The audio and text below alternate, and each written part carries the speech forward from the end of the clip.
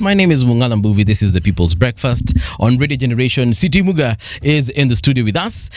Siti, do you know that Reverend Frederick Beuchi has raised awareness, and in 2018 he walked from Nairobi to Mombasa in 12 days? No, I didn't know. Yes, he walked from Nairobi to Mombasa in 12 days, and in 2020 he cycled from Nairobi to Arusha, and he also climbed Mount Kilimanjaro. And so far he has been able to reach about 3 million people with information, and that has been able to support about 30 children with medication. That's a good thing. Indeed, this is someone who needs all the support that he can get so that he can be able to help Kenyans and perhaps others who actually do need that. So thank you very much, Frederick Beuchi. Right now, though, we do have in studio nominated Senator Maureen Tabitha Mutinda. Mheshimiwa, welcome to Radio Generation. Asante sana. And congratulations on your appointment. Is it appointment or election? You were elected a member of the board of the Parliamentary Network on the World Bank and the International Monetary Fund. Yes. For the term of 2025-2027. Correct, yes. Perhaps you can just let us know about this role. Mm-hmm. Yes, karibu sana. Asante sana, and good to be here. Nice studio. It looks nice. Asante. I love it. Yeah? Karibu. You can stay here for as long as you want. It's a nice place to be, especially this great morning. Shukran. And I just recently got appointed to be a board member, IMF and World Bank, representing East Africa. It's a parliamentary network where members of parliament from the world globally do sit. Normally we have our meetings in Washington DC and be able to look at the gaps, and matters of oversight. Yeah. As far as debt issues are concerned also, and things like that. And we normally have what we call the spring meetings annually. That we also have other members of parliament all over the world still on the same agenda of the same discussion. All right. It's my passion for matters finance, because I also am the vice chair finance and budget in Senate. Before I move away from that, I just wanted to mention something of the previous interview just had on epilepsy. Yes. And I happened to just bump in to Frederick. With Frederick. We're just having a little chat. I also sit in the health committee as a member. And we've just shared a few things, asking him where are the gaps, what does he feel, and he feels that epilepsy has been, put in the same bracket as a mental health issue. Yes. And I've actually asked him to write to me and tell me where the gaps are, what needs to be done, so that through my office, through my committee that I also serve, I can be able to ask the ministry this issue, so that they can first be able to officially respond, and we see. We bring that light to much more discussion. So it was good also having him, and just bumped into him this morning. Yeah, because he was saying that it is bundled up with other mental health issues, and we felt that perhaps it shouldn't be there. It shouldn't, because those other mental health issues are also of great importance, Very and true. they should be given the attention that it deserves. So correct. It's a good thing, and thank you for that. Yes. Perhaps we shall have this conversation again to see, of course, how far that progress is. Yes. Yeah. Very true. Before we get into the other main conversation, which is about, of course, changing the political narrative in Kenya and eyes on 2027, yourself, if I've read this right, courtesy of our producer, is that you're also aspiring to be a woman rep in Nairobi County. Actually, that was my in 2022. Right, I came out, vying for Nairobi Woman Rep with my political party, UDA. Yes, and being a CT and all that, we had discussions with the party leader, long story short, and that's why I was nominated to serve my people in Senate.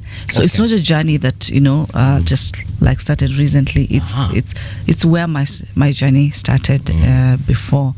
Hence being a senator right now, we're still representing the great county of Nairobi. As much as we are nominated, we also represent specific counties. That is where we vote. vote. You might find someone is nominated, but their representation, for example, is Kitui, so the representation is Murang'a, and then they end up being in what we call the delegation of Murang'a. So, for example, like for us, you find that we are a number, and we are under our head delegation is Senator Sifuna, who is elected. In the event that he's not there and something for Nairobi needs to be do a vote, for example, he can appoint any and say, depending on availability, so and so kindly assist on this matter. Shikilia hapo. All right, so you're part of the bench, the bench team. But yes, it's a good thing. Now I know. I didn't know that. That's what happens. I learn something new every single day. Awesome. Right. Okay. So just to understand what your ambition for Nairobi is, what it was in 2022, and perhaps if anything has changed towards 2027 in regards to that ambition. First of all, to be very honest, I really want to thank my party for giving me this opportunity. It's a rare opportunity. I mean, among the 50 million Kenyans, 55 million Kenyans, and among the few, it's a great honor. And really thank the people of Nairobi, the great people of the city, whom I've really worked so closely with, which briefly I'll be telling you, because they've really been able to embrace me from all perspectives, as a woman, as a mother, as a young person. I'm able to bond with all types, of people from all walks of life. Doesn't matter the age and all that. Something that I really, really enjoy the most. My work currently is in Senate. Yeah. As a senator, there's what is within our mandate, and I'm happy because from where I sit, I've been able to do what pertains my work. When it comes to legislation, I've been able to bring about the bills. Yeah. I have the labor immigration bill, management migration bill, which really touches on our migrant workers who are out there, wananyanyaswa, all these things that are happening, and you're trying to legislate to be able to at least give you uniformity, and that will also help Kenyans, have a standard in terms of when they are out there. There's a standard, the way Philippines have been accorded that particular standard in terms of their credibility, in terms of their payments and all that, and many other things, a safe house and all that. I've also been able to do the agriculture extension services bill, which is at the National Assembly. I hope next year we can conclude and the president can assent to it. So I'm a all perspective, because look at this bill of agriculture, knowing the impact of agriculture in our country. And recently I also brought a bill that I know next year it will be really shouting. This is the Land Amendment Bill. What am I doing? What am I saying? I'm saying that the land cases should take a maximum of 2 years. People have died, people have suffered years in, years out. Someone just, waiting for ruling, for justice to be served. 4 years, 30 years, 20 years, 15 years, and all that. And I'm saying, you know what? Let's do it for 2 years. Let's get done. If this is the honor of the title. What business do we have? Up and down, money, up and down, stress, pressure, and all that. So that's the other bill. Among many statements that I've been able to do, I've been able to bring out and ask matters finance, matters health. I'm very passionate when it comes to matters health. When you go to my social media handles and when I'm doing my oversight for health, oh my God, I'm a different person. I'm a different person because I've had an opportunity to practice medical as far as the pharmaceutical sector is concerned.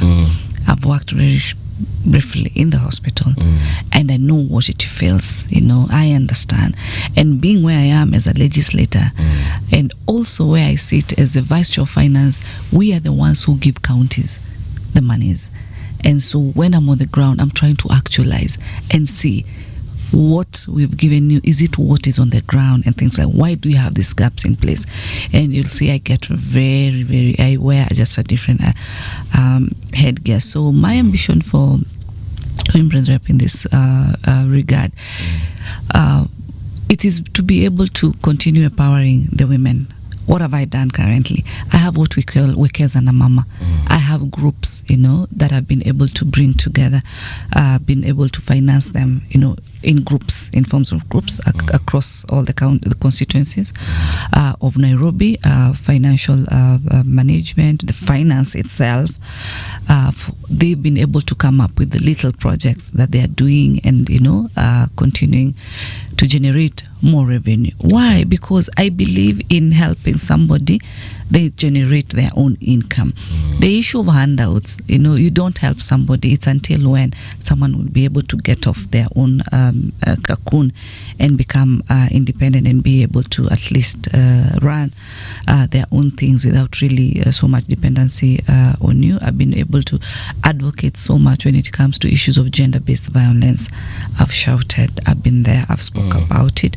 We've done forums with my colleagues as Kenya Women Senators and all that. I've traveled a few weeks. I was in Bungoma. What's my business in Bungoma? My interest is Nairobi. But you know why I'm there? Because that girl child in Bungoma matters. I represent that girl child across the country, even the one in Busia. Last month, but when we were in Busia for Senate Mashinani, we were able to find them. We are able to do CSR. Remember, we don't have any kitty for us. Whatever we do it from our own personal resources. Been able to go out there, do CSR with this young girl. Hold on. You have no kitty as a senator? No. Okay. No, not at all. I just needed to have that. Yes, we do not have any kitty. You don't have CDF or NGAF? No, nothing. Okay, all nothing. Right. Yeah, completely nothing.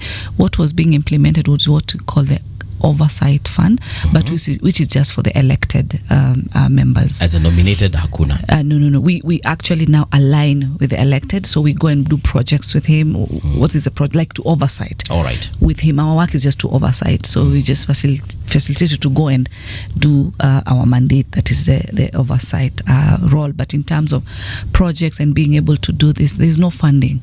So whatever I've been able to do as a person, I've sacrificed and been able to use my own resources, personal resources, and I've been able to do all these things that I'm currently talking about.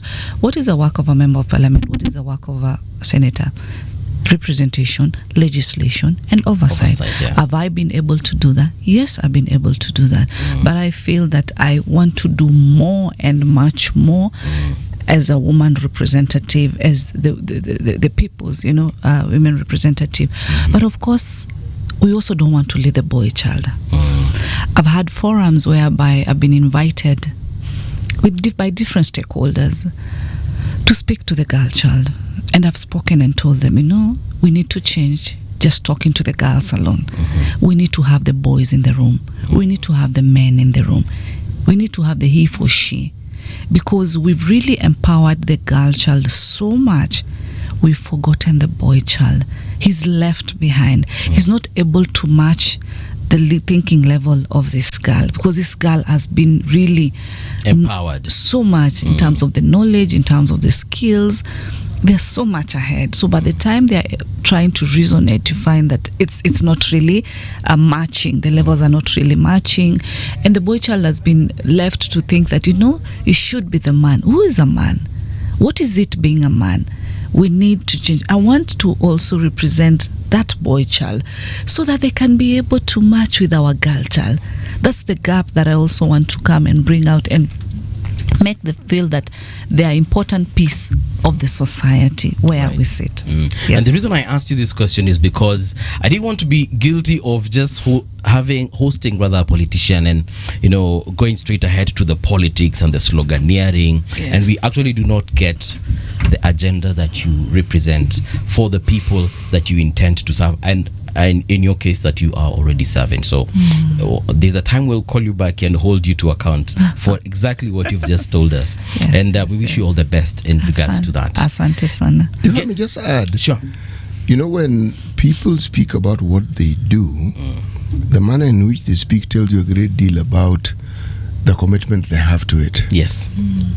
In the time I have had the pleasure of interviewing Mheshimiwa, she comes out as somebody whose commitment to actually serving, yep, not being a politician, those are two very different things, always comes to the fore. And you hear that in the conversation, and I'm hearing it again today. Now, the question is, how do you translate that information to the voter so that they understand and get to know that this is the person you actually ought to vote for? Vote for, yeah. Yes. Or at the very least, consider voting. When you hear of participation, we don't often understand that when somebody takes the time and effort to create and then bring bills to Parliament, that actually is the biggest change that they can actually bring into force. Because once something becomes law, it serves everybody. You now have an anchor, you now have a pivotal position from which you can actually pursue a certain cause. Yes. Actually, and thank you for that. To be very honest, my first mandate is to serve.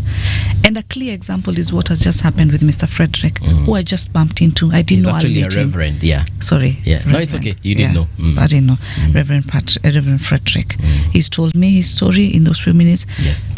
I believe in the leadership of listening. And that is Mutinda. That is Tabitha. Because in that listening, then we will be able to get to know the gaps. One of my greatest virtues is listening. And he has been able to tell me why he is in that space of epilepsy. Told me about the sister, told me about the wife. Yeah. Okay? 2, through what I've guided him to do, to write to me, and also that I immediately write to the minister, either through a statement on the floor of the House, or even do a motion or a bill, depending. The issue of epilepsy is not for the family of Reverend Frederick. It's for us, for our people in this country. Not because I have a relative or a family member who has the same issue, but because it is my responsibility. It is my role to be able to listen and get to say, what can I be able to? Because I have the platform to do it. And my greatest satisfaction for these 3 years that I've been in this space is the fact that I've been able to listen and be able to take action and be able to at least offer the solution to my level best. This small example of the land issue, I haven't been the first one who says that, you know what, we needed to put it for 2 years. I know, of course, judiciary will be shouting and be like, oh, you know, but they need to tell us. Tell us why we having this backlog. Why can't we accept the problems and be able to solve this problem? What is the issue? Why does a family have to suffer for this? What is the problem? And mark you, not because I have a case ongoing. No. I don't respond because at times it has to affect me. It's because I have listened to the people. People have seen how they are suffering. And my greatest satisfaction is when, even when I'm doing my role as a health member committee, I'm telling you, I'm so happy when I'm doing that, because recently the last place we were, I think, was in Kiambu, and before that was the great county of Machakos. Yes. We went to Machakos. I was able to, of course, talk to the casual workers. One of them told me, yes, I've been in this space. How much are you paid? I'm paid 10,000, and I haven't been paid for 5 months. I said, what? 5 months? Yes. And you're even paid below the labor standards, laws, and all that. You know. No problem. I asked him, are you sure this is true here? Anybody else? They say, yes, we are all here. I said, call them. I asked them, is it true that hamjalipwa miezi 5 na mnafanya kazi kwa hospitali? Yes, we've not been. You know, who is your leader? And a long story short, and we were there with our colleagues, and of course we had media, fine, and they were able to speak, you know, because it's not politics. I'm not interested in the politics of Machakos. So they were able to speak. They cried out, you know, light just came. Why? Because I asked and I listened to the answers. Within less than 3 days, because that was on a Friday, I remember clearly it was on a Friday. So of course we did the debrief to the governor. Saturday, Sunday, by Monday, they were all paid. They are 5 months due. If we had not stepped there, then how many others? Lastly was in Kiambu. We're just doing the normal routine work and looking at hospital and everything. All of a sudden there's a young girl and say, hey, tuko hapa. I'm like, muko hapa? Namna gani, mko aje? Tuko hapa, tumefungiwa. Umefungiwa? Nani amewafungia? Hospitali imetufungia. Mbona? Then we just get in. I listen. What is happening? Oh, we've been here. They've, detained us. Long story short, we talked to the management, and I was happy because we were able to come to a consensus and ask them to stop detaining them and release them. What happened the next week? We went back to Parliament. Through my committee, we have an ongoing bill that is saying what? It is saying it is illegal. It is criminal to detain someone in hospital. And I'm using someone because when I walk in hospital, I walk in as a patient. Okay? When you're inside there, the patient. But when you get treated, when you're well, are you still a patient? What business do I have to do detaining you? Am I a police? Am I, why should a Kenyan be detained in hospital? Yet they are okay, they are fine, they are well. Why are you detaining them? Or even a dead body. Exactly. Perfect. Why are we detaining dead bodies? What are we doing? Those are the things that we are doing. And at times, and I really appreciate media, because when you give us this opportunity, we talk to the people. Yeah. We tell the people, this is happening, this is happening, this is happening. I always try to encourage an environment of being optimistic.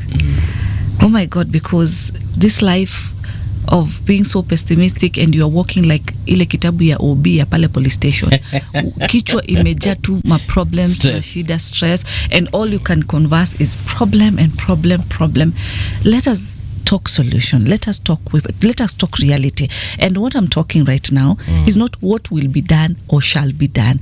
It is what I have been able to participate and been able to do.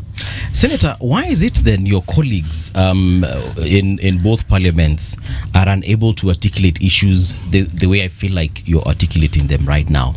Because majority of the time, even when they're standing on podiums, you've given us a very good example here. You visited Machakos County, you've gone to Bungoma, you've been to Nairobi County as well, and you've gone to these different places, had conversations with different people on the ground. And for you, from what I get, is that you've actually gotten much done by that kind of politics. Yet the colleagues I'm talking about, your colleagues I'm talking about, are the kind who will stand on podiums on top of vehicles and call their colleagues' names and point out the problems that are in that particular county or constituency, and offer nothing in terms of solutions. Why don't we have more of this kind of politics?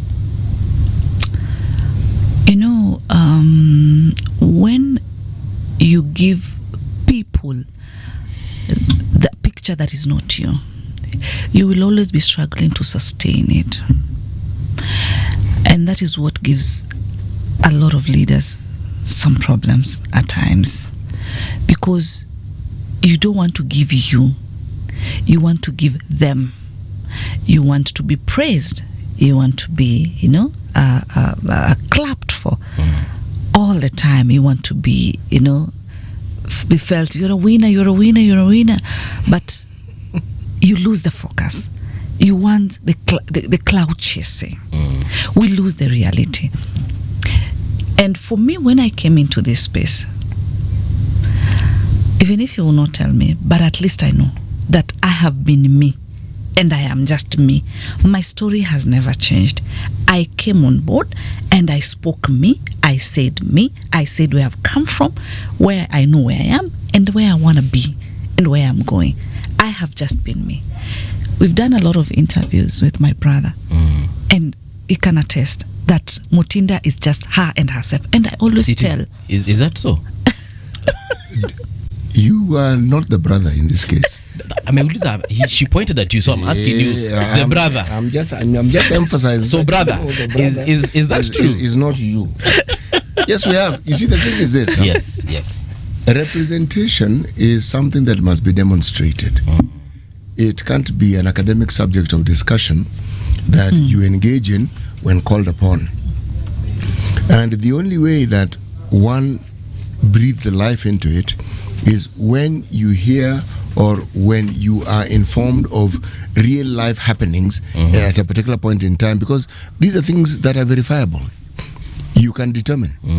Now, that's leadership, because in the absence of that leadership, yes, the gap that is being spoken of would persist. Okay? Now, remember what I said. Yeah.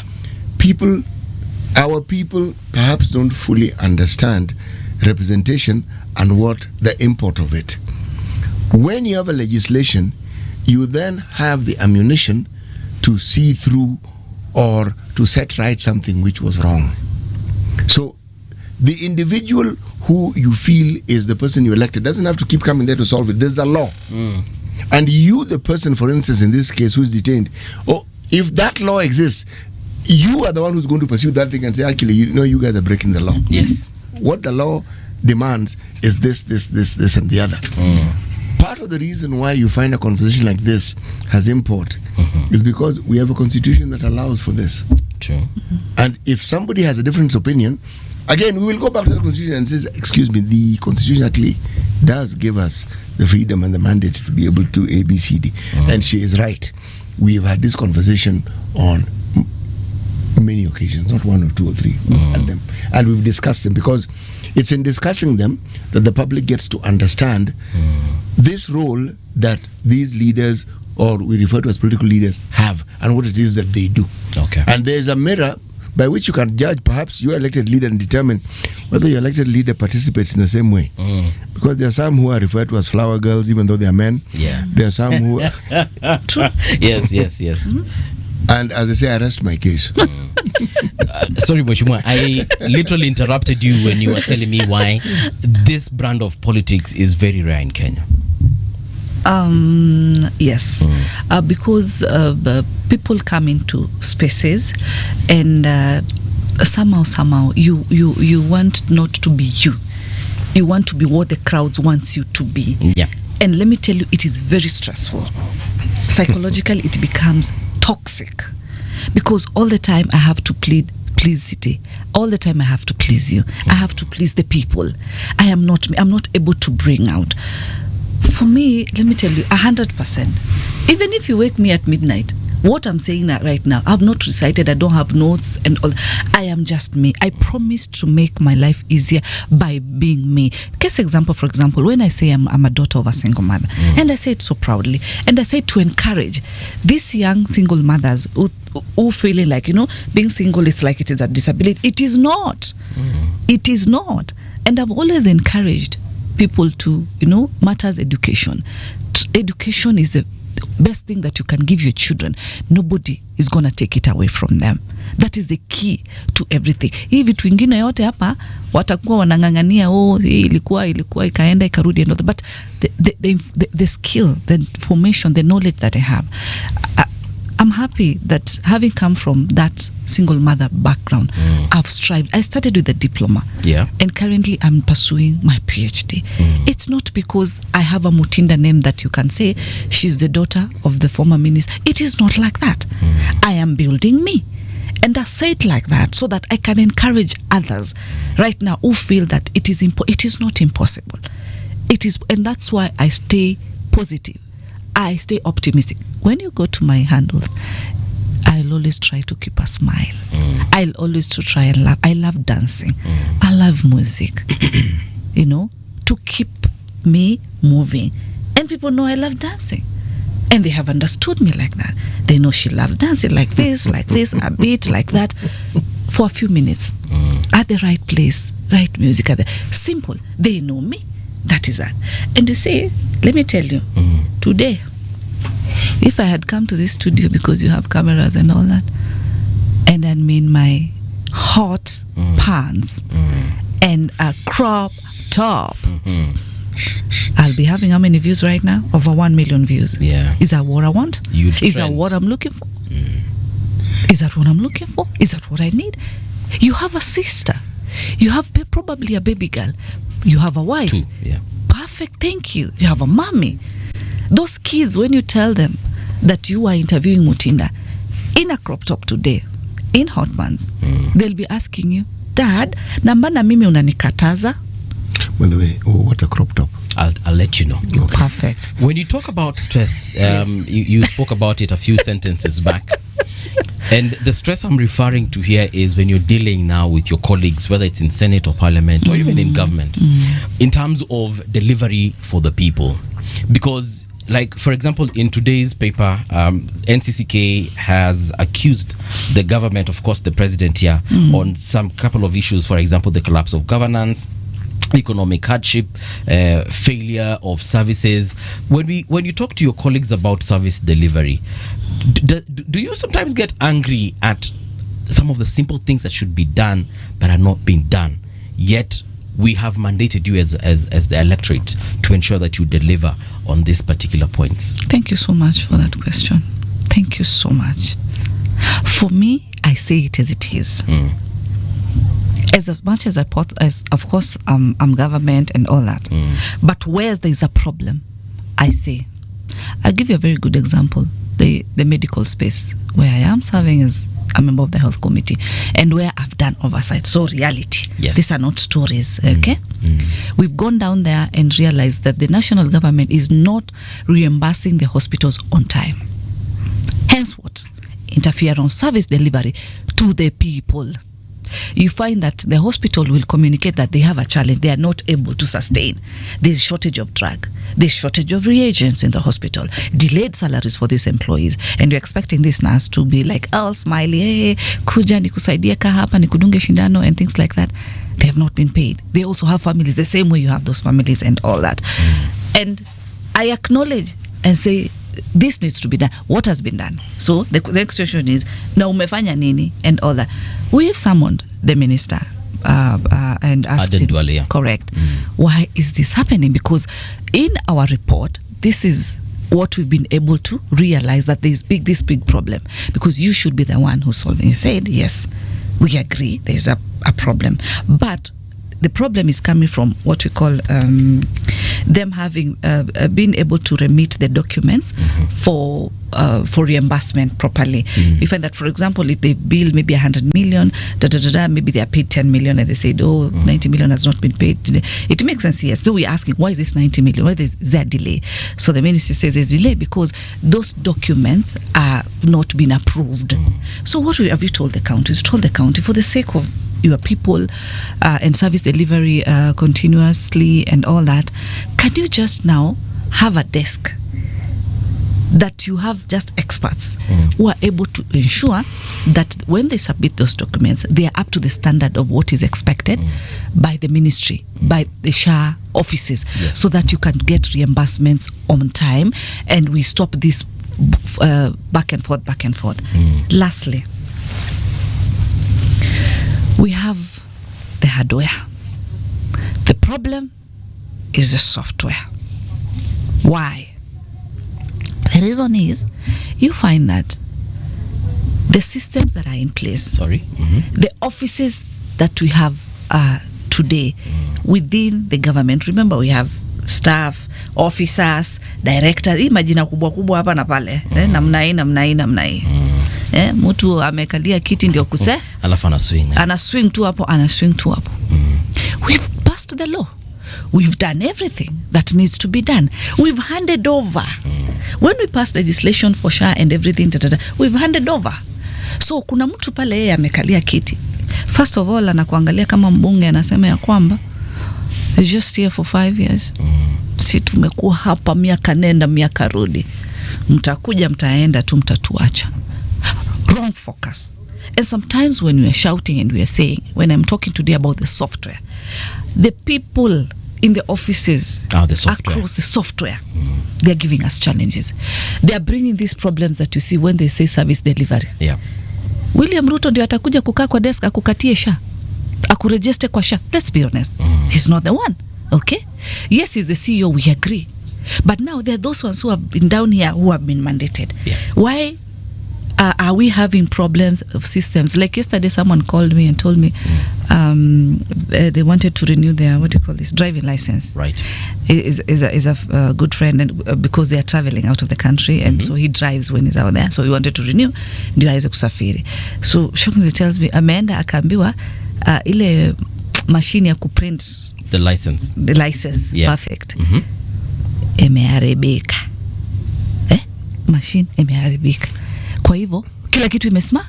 Nikuulize, hiyo machine kabla iharibike, where is the person in charge there, the technical guy? Right. Okay, because to be very honest, a machine can just drop like that. There must have been probably some problems and someone could have reported. Right. Someone has written a requisition. Something needs to be done. Do we have only also one machine? How? As a whole country, what is happening? Sio ni mtu amelalia kazi yake. Are you seeing what I'm trying to bring out and talk about? Perfectly well. The problems hapa chini. Sometimes we walk into hospitals, boom, namna hii tunaingia, na unajua tunakuwa na security na kila kitu. Unaona watu wanaingia chini ya desk, watu wanaanza kukimbia. Why are you running? Why are you running? First of all, we've come to understand what problems that you have. Kumbe you are the problem. You are running away from a solution, which is us. We have come, so we have a conversation. We get to see, kwa nini ujaeka dawa yote ya madawa kwa computer? Mbona hauna just, how much is this computer? At you find pharmacists have their own laptops. Na muuliza kwa hivyo jioni ikifika, wewe unaenda na hii nyumbani na uko na data ya serikali hapa ya kila kitu. CEO wa hospitali. Why are we having these kind of things? Are we not working? We are. All we need, to be very honest, let us listen to each other. Let us correct each other. Let us have a common goal of having the solution. Tell me the problem. Let me tell you what we can be able to do. Let's put our minds together. But you know this thing of just shouting to the rooftop that, oh, must go. Oh, and then let us point out and say, let us see the headline saying that, for example, the ICU machine has broken down. Yeah. Let us voice out that this specific, let us narrow to the people who are in charge of that machine. Let us have portals here. Let us, talk to the people who are supposed to repair this particular road. Why is this? I appreciate the social media. It's been very, very powerful. Utaona City akienda pale nje aseme mbona hii poto liko hapa inasumbua, utaona kesho kidogo kidogo jeshi yote imeanguka ground, imetengeneza barabara, imevaa reflector, barabara imetengenezwa and all that. That's positive. That's a conversation that this should not be there. It is not City's barabara atabeba yake kwa mfuko aende nayo nyumbani. No, but he has voiced it as a leader, as someone who wants the solution. But you see, when we clog our minds that this is negative, it is just negative, it can't be, and that is that. And people have looked at the city politics in a manner that you need to twerk in order to be known. I'm not looking for fame. No. But Mheshimiwa, there's something you've mentioned here about this whole Ruto must go, the one-term slogans. You see, that's a manifestation of the frustrations that Kenyans are feeling. Is it? Yeah, it is a manifestation of frustration. It is, City. You see, the people in this room, we have the privilege of discernment, which some people might not have.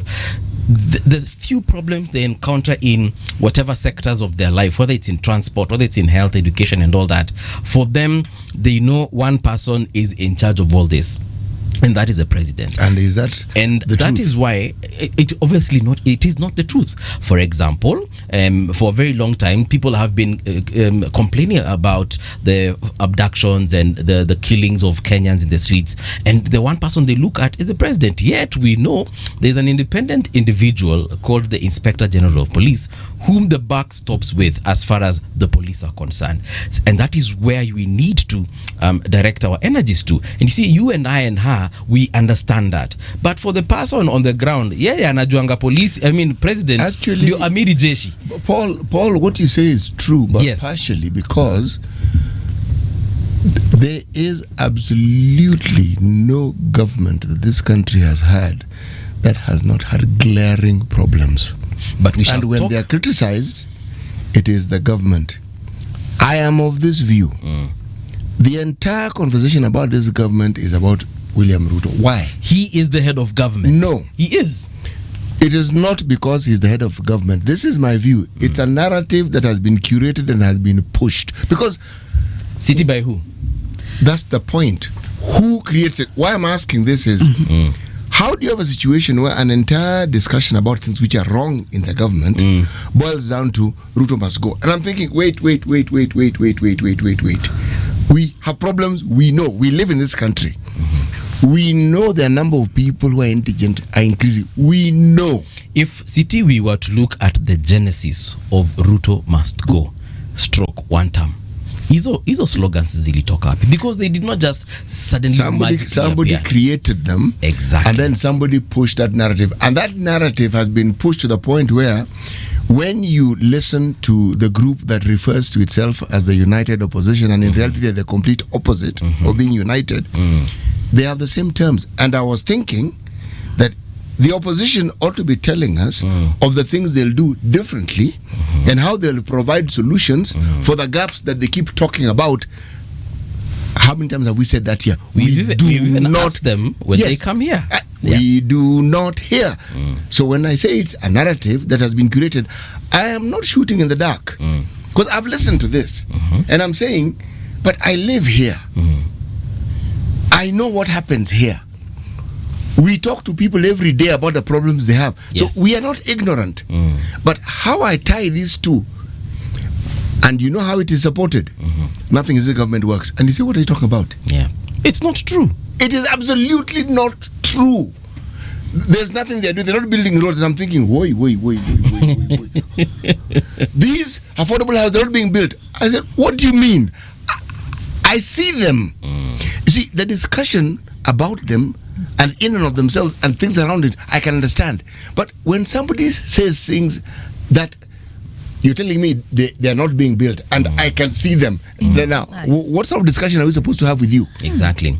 And that's exactly what I was trying to explain to the senator here, that I am for the opinion of having an honest conversation whereby, like you said, let's point out where the issue is.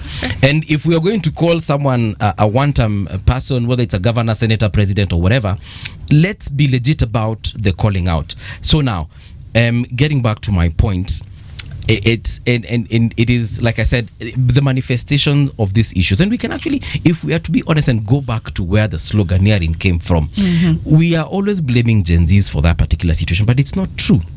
Gen Z started with a very simple thing, which was reject the finance bill. Then for some strange reason that morphed into Ruto must go and one term. But the reality on the ground is that this is all pure politics, which, by the way, the people on the ground are not for. Them, they are for service delivery. Let me help you. Let me help you on that part. And my principles, where there's a problem, I'll acknowledge. I'm not perfect. I don't live a perfect life.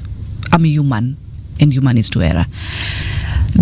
By then, the particular issue of Gen Z, what really angered Gen Z, by the way, was the fact that the leaders who came out, guns blazing and saying, "Ata mkidu what tutapitisha." That was wrong. That was wrong. Okay? And the other issues of carrying money in sacks and showing it off, and that is wrong. Completely wrong. It should not be like that. And that is what brought that agitation. And of course they came out, and when they were coming out initially, of course they were just on social media, and when the demonstration just started in a polite, nice, good way, they were able to bring and articulate issues. But the feedbacks they were getting also from some of the leaders really angered them. And that's why I'm saying there should be a narrative of or a character of I listen to you, you listen to me, and then we have but we don't have to go to extents after we fought, is when we get a mediator to be able to resolve our issues. And that is how the anger came about. Of course, now after that, the so-called opposition took advantage of that and started to say yes. And I remember in Amapi, when at that particular time they said, the young people said, no, don't interfere with this, we are on our own. And they even told the late, may his soul rest in peace, Raila Odinga, you know what, Baba, you've done a lot, you've fought weka kando, sisi wacha tupiganie hii na tusonge mbele and all that, because there are those things that really had angered them at that particular time. Later, okay, when the dust settled and we are where we are. I'll give you a good example. Last Sunday in Kariobangi North. Yeah. What happened?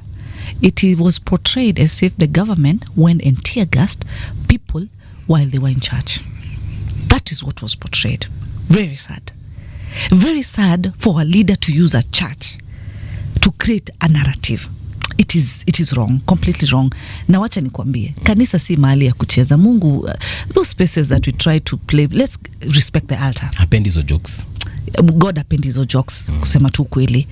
Apart apparently it is just young people, gangs, who came out, team this, team that. Okay? Na wakaanza kujaribu kuwa na ile vita pale nje, kaleta commotion. Lazima polisi wange respond. Na walipo respond, sababu wale vijana walikuwa na silaha, they used tear gas to disperse them. Of course, tear gas hata leo ikipigwa hapa tu nje, sitafika hapa. It happens. That's how it works. So itafika, but it doesn't mean wamekuja kuattack RNG. No, that's what it doesn't mean. So of course, wakati tear gas imeingia, ijaingia kwa kanisa peke yake, hata zile sehemu maduka nini, people who were around there were affected. And all that. So, but what was portrayed, that is what came out. But what did the minister say? And what did the president say? They condemned that. They said it is wrong. Can we stop this goonism?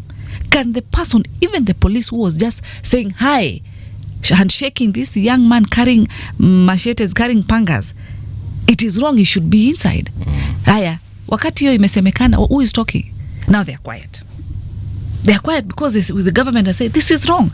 We should not be. And why is the government saying like that? Kwa sababu huyu kijana unamruhusu leo afanye vile anafanyia yule, kesho atakugeukia. You'll be the target. And we need to stop this kind of thing. So when the United create narrative of saying, our agenda is one. I'm telling you, from 1990 whatever, when politics has been imechacha and all that, we are shocked. I'm shocked to just hear someone say, my slogan, my agenda is one. Yeah. Someone must go. That's just the agenda. Like, seriously? That's selfish. Today you've asked me, what plans do I have if I become for Nairobi? And I've been able to list for you, first of all, what I've been able to do, and what I would wish to further do to the great people of the city. And all that. But I cannot just say, Pasaris must go. Like, seriously? What is that? Yeah. And I'm happy and I want to really appreciate her because she's come out and said, it's an affirmative seat. She had wished to serve for 2 terms. God has given her that particular chance. She's okay. She's satisfied. She would want to leave it for someone else. So actually, the reason even I've also come out at this early time is because she's the only one in all the 47 counties where we have women, even among the 290 constituencies and the 47 senators, and all that. She's the only one who has said, the seat is vacant. I am done. Let someone else be preparing. So, of course, we've started preparing for our people to have a conversation and all that. And there's nothing wrong in what she has done. She wants to go probably either single constituency or any other county seat, whichever she'll be able to. But she said, this one, I want to leave it for another, because it definitely is for us women.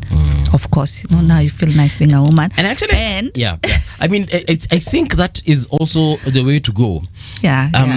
Because this position was created to show that women can actually lead. Perfect. Which we have known for a very long time, because mothers have been leading since time immemorial.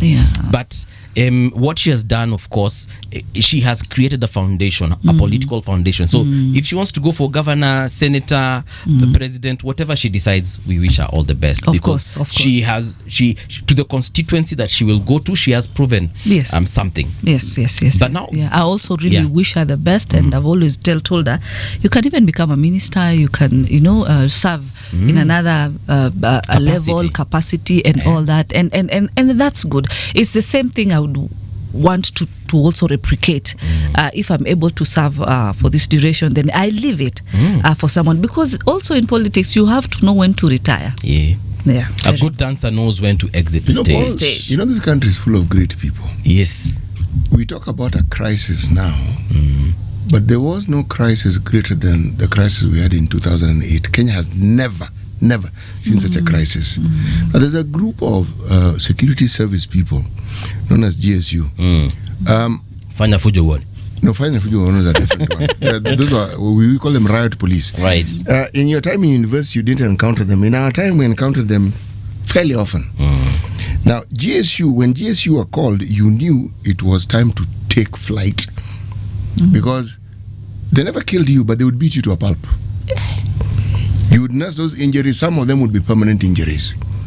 At the height of 2008 and in Mathare, young men were marauding, doing damage. There was a certain officer called Joseph Msioka Ndenge. This man, it's televised, stopped this group And I still remember the conversation. He said, unajua vijana, hizi vitu mnaharibu ni vitu vya Kenya, na hii I'm paraphrasing, hii ni nchi ya Kenya. Tumechukua muda na shida kujenga hizi vitu. Sasa mnataka kuisaroti. Now this is an officer who was armed. He stopped and he was talking to this group of men. Bwana guys had machetes and rungus, and you realize these fellows, they all calmed down. And somebody wajua mzee anasema ukweli. You know, that thing came to a halt. There are very many citizens of this country who want nothing but good for the country. True. Ordinarily, GSU could have unleashed the might of the power, because those fellows, I don't know what training, paramilitary training they get when they are unleashed. I can assure you, when you hear of the monopoly of violence, you will see it then. They actually know how to quell such crowds. He spoke. When we have a crisis such as the one we have, Abdullah Alas got to the heart of the matter. Instead of taking the time to blame the president, this is the time when we ought to be asking, what do we do? Because we can all see the problems. It's not that we can't see them. How do we get ourselves out of this? What is this path? And when you think this way, you ask, who are the leaders who are speaking about getting us out of this problem and actually providing solutions that you can follow? Not rhetoric, not narrative, tangible solutions that can bring about the change that you want. And not at the national level. No.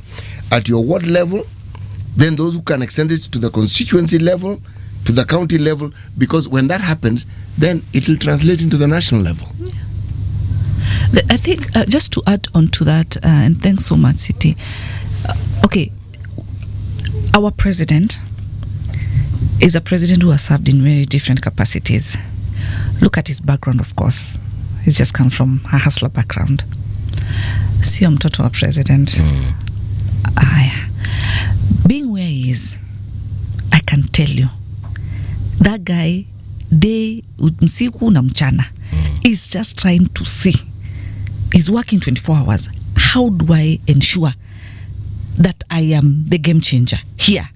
When he's changed when we have the universal healthcare, how much is his insurance cover with his family and close relatives and all that which he can be able to afford? They have everything. But look at here. He say, I want people to get the primary healthcare. Primary healthcare iko na budget yake from the National Assembly, such that ukienda hosi hiyo tu kuumwa na kichwa, hii dispensary ya kawaida unafaa kupewa dawa uende. Shida iko wapi? Shida iko hapo kwa madawa. Nakubaliana. And let me tell you, even if you have pressure, diabetes, nini, solution ni dawa. Daktari atakupima, nene atakwambia, this is your status, medication is the way. What has he said? He said, I want now, because I've realized that is where the problem is. KEMSA, directly, pea hospitali madawa. Okay? Na sisi tukulipe directly. Upate ya kwamba, at the end of the day, these medicines are there, because people are saying tunaenda lakini hakuna madawa. He is aware of that, and that's why he has put that particular solution as far as that issue is concerned. Look at the housing. Sahi anaishi wapi? Umeona status vile iko smart? And how big and beautiful it is. Is he comfortable? What has he said? He said, no, I want to stop to reduce these slums completely and start putting up the high-rise building so that we can accommodate more people. I mean, hata wewe shuali ukifanikiwa ulikuwa na kaplot kako ka 50 by 100 pesa mingi, so utabomoa hiyo kitu, bungalow weke chini, and then you are able to, because you are seeing the future, you are seeing tomorrow, and you want the best for your children and your, and all that, and you are doing it na hiyo may create other jobs and all that. So when we talk like that, the naysayers definitely would be like, oh, mbona kwa nini lazima what? So the only difference is that he has brought in a whole circle of basic needs. Okay. Shelter, food, vile tulikuwa tunasoma business education tukiwa wadogo and all that, and this is what is able to provide wholesomely, of course at a go. Okay. So that now kile kigongane ndio kiingiane sasa kabisa. Kama ni changamoto za SHA tuweze kumalizana nazo. And I even told my team, because I sit in the health committee, I'll be posting, I want to post by next week, all the package vile iko. People are being mishandled sometimes in hospital. You go there, start telling you, SHA does not cover. Because people don't know. I'll be bringing it out and putting it there and people to know. Kama ni MRI ni 11,000. Kama ni scan, hii isha ina cover hii amount, ndiye akienda pale kwa hospitali, he or she knows that this is he can rightfully say this is what is being covered, you know. And because yes, we are also a bit lacking in terms of bringing out the information, right, and also in a layman language, the best way that our people can also be able to understand. Sababu wewe unajua kizungu yote, wewe unaelewa, kuna mwingine ajui hii ni nini, so we will try bring it out that it should be. So where ministry kidogo imelegea kidogo, ni kujaribu kueleza kwa njia ya urahisi kabisa vile wananchi wanaweza elewa haki yao ya kukua naisha, ujue inakusaidia aje. Senator, we have overrun actually. We have literally come to the end of the show, but I will allow you 20 seconds to just give us your parting shots, but of course with the promise to invite you back again and let's continue this conversation. So I love tea and your tea was very nice, so I'll be love to come back again and have we'll more give you tea. a second cup, yeah. Yes, it was, and I've loved the conversation so much. I just want to tell our people, Kenyans, we do not have another country. East to west, home is the best. This is what is rightfully ours. This is where we have our shares by having the birth certificates and the national ID. Kindly, let us build it together. The wars, the destruction will not help us. Let us come together. Let us voice and see how to put the positives together. The young people, my Gen Z, my youth, kindly go and get your voters card tafadhali. Statistics zinaonyesha ya kwamba you're not getting registered. It's like you've given up. Don't give up. Let us build this nation together. In the next 15 to 20 years to come, according to the World Bank report, we'll be having close to 1.2 billion young people. This is their time to be able to set the ground with what is there. We are in a digital transformative space. There's a lot that needs to be done, and all this is for them. If they don't rise up and have a positive conversation on their way forward, I mean, it's going to be a bit hard, but I want to encourage them.